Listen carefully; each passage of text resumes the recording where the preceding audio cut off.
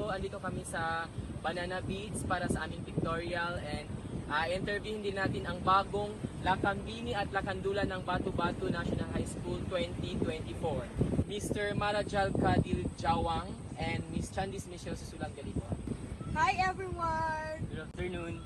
So okay guys, tatanungin natin ang bagong Lakambini ng Batu-Batu National High School, si Miss Chandis Michelle Galibo. So Chandis, anong nararamdaman mo na ikaw ang bagong Lakambini ng Batu-Batu National High School? Siyempre, masaya po ako dahil sa bagong achievement ng aking buhay bilang isang Lakambini ng Batu-Batu National High School. Okay, so ngayon kay Mr. Marajal, anong nararamdaman mo sa pagkapanalo mo bilang Lakandulan ng Batu-Batu National High School 2024? Actually guys, this is my first time to join the pageant at hindi po madali ang pinagdaanan ko. At syempre masaya po ako na ako ang bagong Lakandulan ng Batu-Batu National High School 2024. Okay, next question.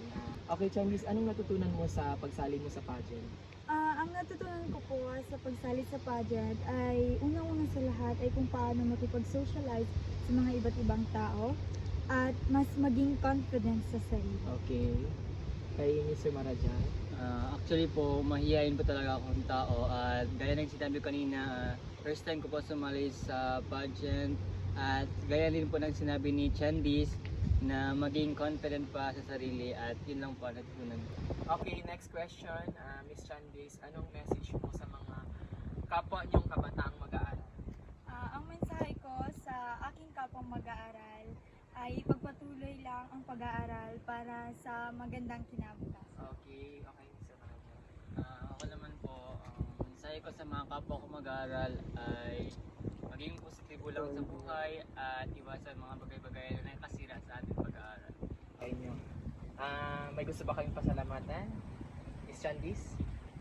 Una-una sa lahat, nagpapasalamat ako sa Allah Subhanahu wa Ta'ala at sa aking mga magulang at sa aking pamilya. Nagpapasalamat po ako sa inyong lahat at lalong-lalo na sa aming punong guro na si Ma'am Gloria S. Maquiso, sa lahat ng guro ng Batu-Batu National High School at sa coaches sina Ma'am Marjorani, Ma'am Puray, Ma'am Cheryl, and Ma'am Joanna and Ma'am Maricent. Nagpapasalamat po ako sa inyong suporta at sa aking mga kaibigan, maraming salamat.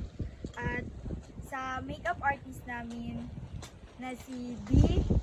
Mujahilin, maraming salamat sa inyong suporta. Ako naman po ay nagpapasalamat ako sa pamilya ko at sa lahat ng management sa pageant at sa lahat ng Team 3 na sumuporta sa amin during the coronation night at sa lahat ng mga orado. Maraming salamat po.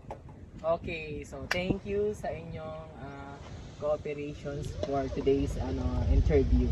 So I hope continue pa rin yung journey nyo and I hope mas madami pa kayong mas madami pa kayong ma-inspired na kabataan. So yun lang po and maraming salamat. Bye! Bye guys!